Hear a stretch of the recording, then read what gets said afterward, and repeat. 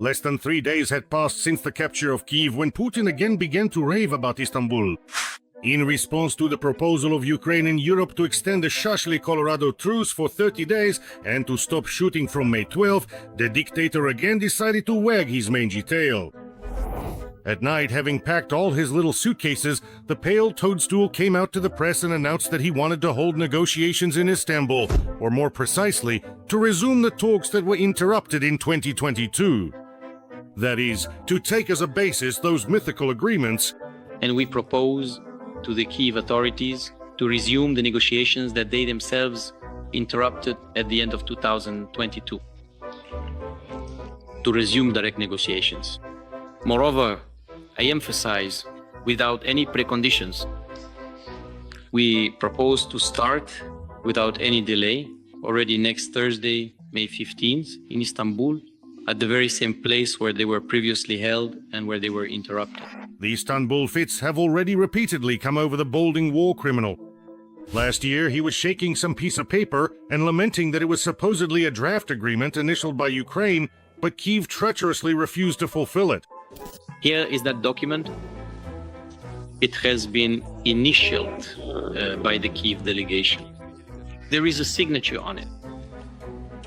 But after we, as we had previously promised, completely withdrew our military troops from Kyiv, the Kyiv authorities, just like their masters usually do, simply threw it all away, right into the dustbin of history, where it truly belongs. The Kremlin is screaming that back then in 2022, it had already reached an agreement with Ukraine and forced its delegation to sign that very piece of paper. But then the evil Boris Johnson arrived and, with all his Anglo-Saxon hatred, forbade Zelensky from signing the peace agreement. The Ukrainian side, in response to these fantasies, just twirls a finger at their temple. Allow me to say that a lot of nonsense has been said about this trip, especially in the Kremlin, which continues to lie and spread all sorts of rubbish. There was no doubt that in April 2022, Putin's goal was still to conquer all of Ukraine. Obviously, under no circumstances, regardless of Britain or even an intergalactic empire, could Kyiv have signed the Istanbul peace agreement with Russia. Because it wasn't peace, it was capitulation. Moreover, Moscow was pushing for this capitulation against the backdrop of its army's crushing defeat near Kyiv. This is what's left near my house, damn it. I didn't owe them anything, and I never will. This is all their damn equipment. These are Kadyrov's men. Fucking bastards. The way they came, damn it, is the way they went to the other side. Let's quickly recall what the Kremlin actually proposed to sign in the spring of 2022, specifically on the shores of the Bosphorus. Spoiler, their wishful thinking went up in flames at the very first point. Moscow demanded that Ukraine completely disarm, reduce its army to 85,000 troops, give up long-range weapons, and keep only 342 tanks. For example, Russia lost more than that in just the first month of the invasion. 3 years. They're barely moving. They've killed a ton of people, soldiers, officers. Then they left Kharkiv region to Izium, Kherson. They left. Few people know about the losses. Well, all of it goes through me. Few people know how much blood. It all cost us. It gets even more interesting. Ukraine is forbidden from joining any defensive or military alliances, and is also prohibited from receiving military aid from other countries. Maybe you'd also like the key to the apartment where the money's kept too? And the cherry on top of this kulebyaka, Russian becomes the second official language in Ukraine, with all the consequences that entails. Restrictions on the flow of Russian propaganda and so-called culture are lifted. In other words, they demanded that Ukrainians once again witness this. The ensemble of the Central House of the Russian Army. But the absolute craziest and most unbelievable part of the Kremlin's peace plan isn't even the schizophrenic whims of an aging chauvinist, but rather the crucial security guarantees for Ukraine. Do you know who was supposed to be the guarantor of Ukraine's security? Just take a deep breath now. Russia proposed itself as the sole and primary guarantor of security. What you have just said is truly and unequivocally one of the craziest and most idiotic things I've ever heard. Moreover, if anyone else wants to act as a guarantor of Ukraine's security, then in the event of an attack on Ukraine, they would be required to ask Russia for permission to come to its aid. In other words, Russia, which has already attacked Ukraine twice over the past 8 years, gets a veto right and can forbid other countries from providing assistance in the event of new aggression. I wonder who else could attack us. I do have a strong guess as to who. I know who too. In Istanbul, Putin tried to foist on Ukraine not just a bad agreement, but a capitulation with terms worse than what Germany faced after World War II.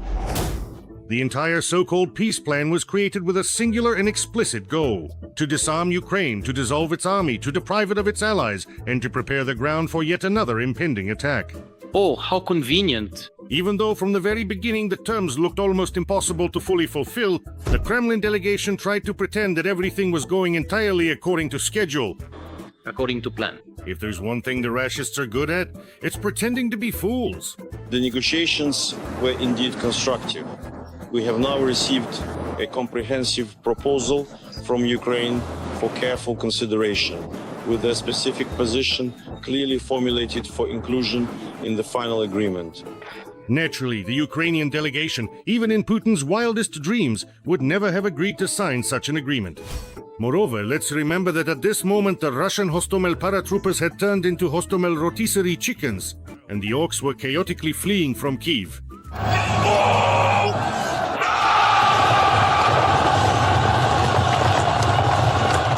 After the Russians retreated from the Kyiv region, the world discovered the horrific crimes committed by Russian fascists in Bucha, Irpin, and other towns and villages. It was already fundamentally impossible to continue any negotiations with the terrorists. Basic human decency will not allow us to forget. On the streets of Bucha, the world saw Russian evil without disguise. It saw what the Kremlin tried to bring to other streets of Ukraine as well. Someone might reasonably ask, what was Moscow even counting on when it put forward such terms for a truce? The whole point is that Putin wanted to sign this agreement not in Istanbul but in Kyiv, right after a parade of his troops down Khreshchatyk. And this agreement was supposed to be signed not by Zelensky but by the imported Oleg Saryov or some other collaborator who would arrive with the Russian army. In short, they had no intention of fighting. They expected to just walk in, there would be a coup and everyone would be scared. The global leadership would say, okay, fine, we're not involved. That's why the Istanbul peace plan looks like a capitulation, because that's exactly what it is. But in the end, the world's second largest army got what was coming to it, and all that was left for Putin was to cover up his army's disgraceful retreat with this mythical Istanbul agreement, claiming it was an act of goodwill, a meme for the ages. Based on careful considerations of preventing serious bloodshed and avoiding a major devastating war, we ultimately agreed to this significant decision. And then at the very end of March, we began the process of withdrawing our troops from the areas around Kyiv, moving them in two distinct directions, in two separate columns. Even the Z-Patriots laugh at this stupidity, actually. By now, they're already crying. Why did we actually and truly leave Kyiv? In your considered and honest opinion, what exactly were the primary and fundamental reasons? Is it precisely what you just said, yes? We were stationed just outside Kyiv. We were just about to enter Kyiv. That's a misconception I encounter very often. They were waiting for us there. They were waiting for us there. And with small forces, put up such fierce resistance that we were drenched in blood.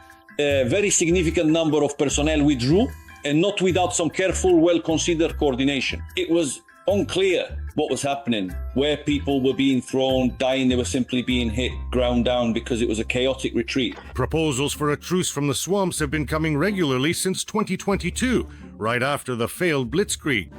For 3 years now, it's been either Peskov or Lavrov or the head of foreign intelligence Narishkin or even the Führer himself who pops up to remind everyone about Istanbul. Moscow is constantly whining about peace because the orcs never expected a long bloody war.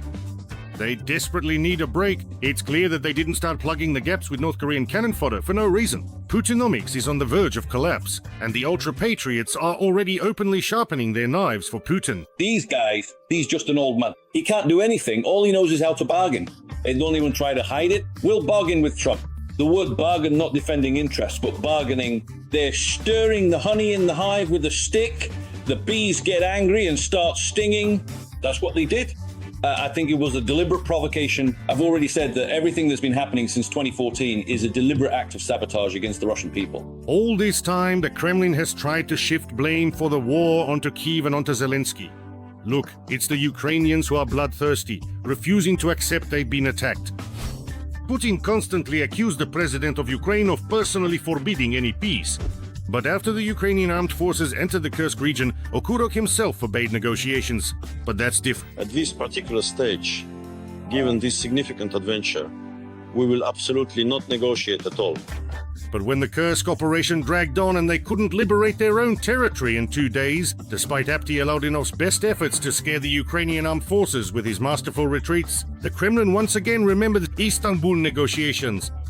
Putin once again pulled out the crumpled piece of paper and started waving it in front of the cameras. Here it is.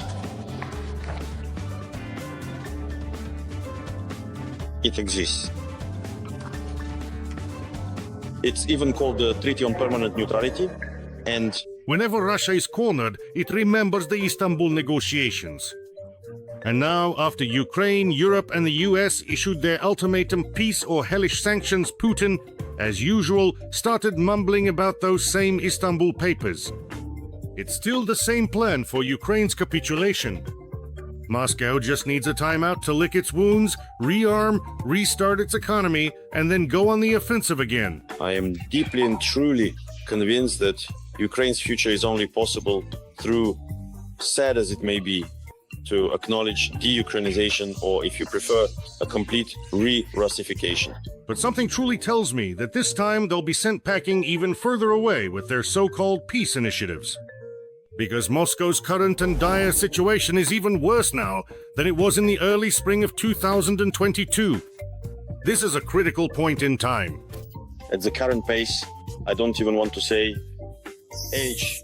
How many years would it take to liberate the entire territory of Ukraine, or at least reach Odessa? It would take decades.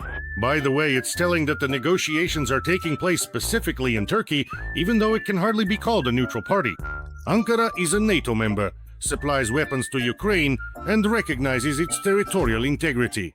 Moreover, Turkey has in fact openly fought against Russia in Syria.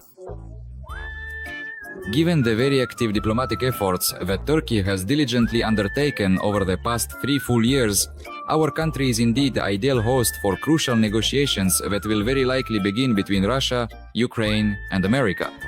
During the talks with Zelensky, I stated that Turkey would support the territorial integrity, sovereignty, and independence of Ukraine. But Putin still, despite all the humiliations, bows his head and goes to Erdogan. Just think about that. The Kremlin screams that it is at war with NATO, and the root cause of the war is NATO's expansion. But he himself suggests holding negotiations on NATO territory. This means that Moscow acknowledges Turkey's dominance in the region, and Erdogan has literally broken Putin and pointed out his new, unflattering place. The pale geostrategist didn't even notice how he ended up in a supplicant's position before the Turkish Sultan. Erdogan is certainly pursuing his own distinct goals, but in one crucial aspect, their objectives definitely align with Ukraine's the complete and utter collapse of Russia. Glory to Ukraine. Glory to the heroes. I would like to remind you that this video is created for entertainment purposes and contains elements of satire and irony. All facts and events are presented in a hyperbolized or exaggerated form to convey a comedic or dramatic effect. Our goal is not to mislead, but to highlight humor. Please take it with a smile.